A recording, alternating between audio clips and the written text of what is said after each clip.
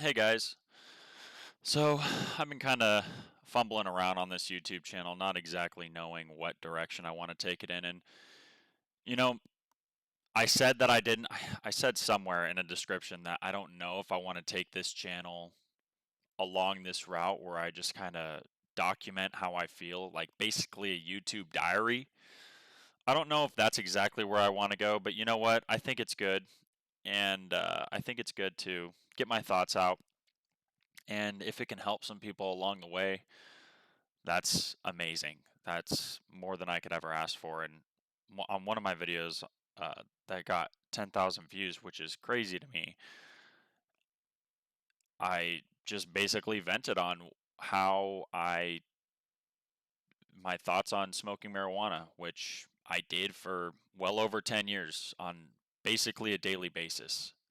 Well over in that 10 years, I can definitely say I was under the influence. Aside from sleep, I was smoking pretty much all day, every day. And I'm finally free of that now.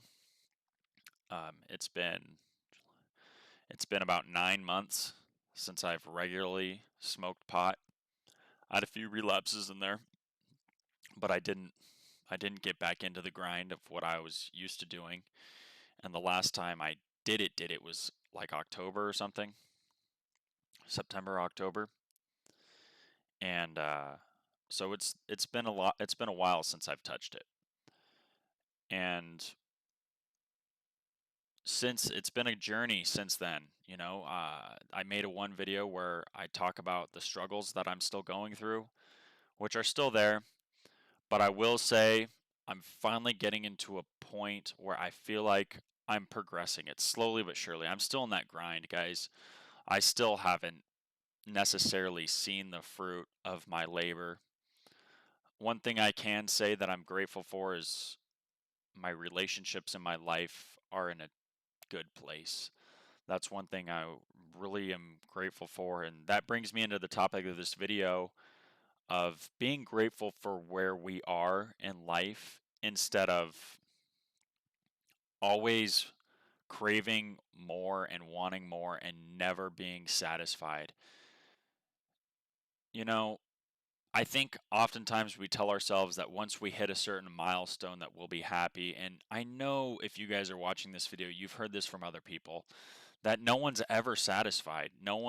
Ever no one's ever completely satisfied with their lives. And I don't know. There are a few, but it seems like those people are few and far between. And they're always craving more, and you don't want to get to a point where you're lusting for power and money. And I know sometimes I'm guilty of that, for sure. When I see a bunch of young people my age that are just doing leaps and bounds better than me, it's easy for me to get jealous or get,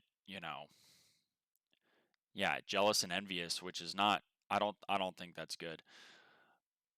But I also at this on the other side of the token, I don't think it's good to be in a place where you're okay with being completely mediocre, especially if you have the opportunity and the will and the ability to get better. For me, my goal in the future is just to be able to live in my own home and provide for my future wife and my kids. That's really all I want. If I could do that, I really would feel accomplished. Just being able to provide for my wife and kids. But yeah, so I think you just have to learn how to progress slowly but surely. And it just means just trying new things, and you have to do things that you don't want to do. You have to put yourself in situations where your ignorance is going to be exposed. Let me give you an example. So, I'm a real estate agent. If you guys didn't already know that, I have another YouTube channel called Southern Utah Lifestyle that I want to work on to just basically expose the lifestyle that Southern Utah has to offer, which is awesome, guys. It's perfect down here. And so anyways, what I was getting back to is I'm a real estate agent, and I was doing what's called floor time, which is basically where you just sit in the real estate office, and anyone that calls the office, the lead is given to you if you signed up for that floor time. And so I was there, and it was about 9:15 in the morning, 15 minutes into when I got there, and I get a call, and this gentleman, he said, "Hey, yeah, I'm looking to sell my house, and I'm looking to rent a house, a two-bedroom house. My payment is $900 a month. I'm looking to rent a house here in St. George, a two-bedroom house for $900 a month." And I told him, "Man, that's probably going to be next to impossible. That is just, I don't know any places where you can get a two-bedroom house for $900 a month." And then he said, "Okay, well, I'm looking to sell my house here and then move to Texas. Can you explain to me what that process would look like?" And when he asked that, I just wasn't prepared for it. I'm just so used to people not jumping directly into it, and I know the answer. But full disclosure, between you and me, I haven't sold a house yet. I've been doing this for like about 2 months, and I haven't sold a house yet. And I just kind of froze up and I said, "Hey, man, I'm new and I'm just figuring this out, but you would list your home here and you would look for an agent, and you would look for an agent in Texas where you would find your new home." And he did not like that answer. And I don't blame him because, he's calling a real estate office to talk to a professional, and he got probably the biggest amateur in the room, which is me. It's just the truth. And he was like, "Okay, thank you. Have a great day." And he just hung up.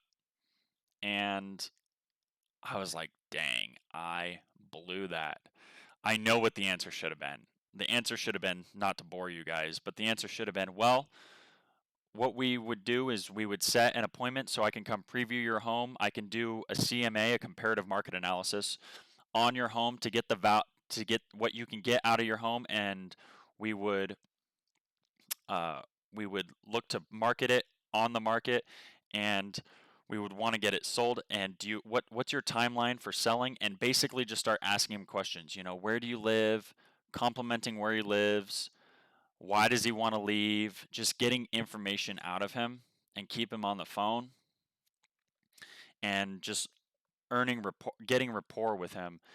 And yeah, start a listing appointment. We would set an appointment. I would go through the listing preview of what we would do to sell his home, why he would want to choose us over, another firm. Anyway, blah blah blah. I know what I should have said basically 5 minutes after I hung up, but I just froze. And it was trial by fire, you know what? And those are the things that you have to do. You have to get out, try new things, and you're not going to be ready. I can tell you right now, I'm not fully ready to do a listing appointment, market, and sell a home. I know these contracts, but I'm don't know them well enough. I don't know it all well enough, but I have to get out there and I have to try, because when your ignorance is exposed like that, I'm telling you, it lights a fire, and you have a very clear idea of what you need to learn to then progress forward. And I feel like that one phone call, that one 5-10 minute phone call, helped me so much. And I feel like if someone called me that again, I may not nail it, but I think I'd be much better prepared to answer that question now, um, versus how I was a few minutes ago, in that short amount of time. And it pays off. And I have another person coming in next week who's looking to buy a home. So next week I'm going to be doing a little tour of where I live with people from out of the state, and I'm looking forward to that. Showing them houses, showing them the area, and am I nervous? No, but am I uncomfortable? Yes, because it's something I've never done before. But those are the things that you just have to start doing. Get yourself into a position to where you can just start putting yourself in those situations that you don't want to be in, that are going to make you uncomfortable, and you'll adapt to it over time. And that's what I'm banking on. I'm hoping that these things over time compound and help me build a business in the future where I can provide and for my family and be an asset to my community. Because right now where I'm at, I'm just not in a position to be a real asset to my community. Maybe, and you know what? Maybe I'm even wrong on that. I should go volunteer. I should go be doing things. I should really put my money where my mouth is. But guys, I'm a hypocrite. Like, I'm still working on it, guys. But yeah, you're by doing those things, you are trial by fire, and as long as you keep putting in the effort to try these new things and improve along the way, how can things get worse? I don't think chasing riches is the best thing. I think, everyone wants financial freedom, but does it really exist? Who knows? Maybe I'll find out one day. But you know what, guys? Just get out there and put yourself in situations where you're uncomfortable. It's all you can do. That's the only way to grow. By being complacent and comfortable your entire life, you will not grow. You will stifle and you won't get where you want to get. But at the same time, guys, be grateful for where you are. Be grateful. I just try to remind myself I'm grateful that I have a bed. I'm grateful that I have running water. I'm grateful that I have food.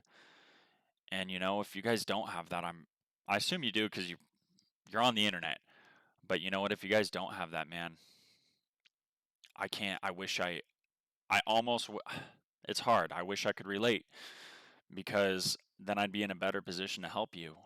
But I can't. I've honestly lived a pretty privileged life and a pretty easy life. But you know what? Those people out there that you guys have been through hardship, try to, from what I've gathered from other people that have, embrace it because it's going to make you stronger in the future. And you're probably going to be a lot better off than I am. Someone who, for lack of, I was kind of spoiled, had work given to me, and I'm still not used to going out and getting things on my own, which is so bad. I'm 27 years old. It's pathetic. But you know what? It is what it is. And I'm not going to beat myself up too hard over it. And I'm going to get better and I'm going to learn to do the things I need to do. Anyway, guys, I hope this helps. I hope you guys are having a great day. And I really appreciate you guys for watching. And um, if you guys want more of this stuff in the future, I'm more than happy to share my experiences and try to help you guys out. And I have other videos on the channel and other live stuff on the channel that probably isn't appropriate because I'm playing with my friends and I slip some cuss words out. My friends cuss, and maybe I'll get rid of it because it's cussing, and lack of self-control is not where I want to be. But when I do play a game, I just record it because why not? Anyway, guys, hey, thanks again so much for watching. I hope you guys have a great day and leave a comment and I'll make sure to reply to you guys. See ya.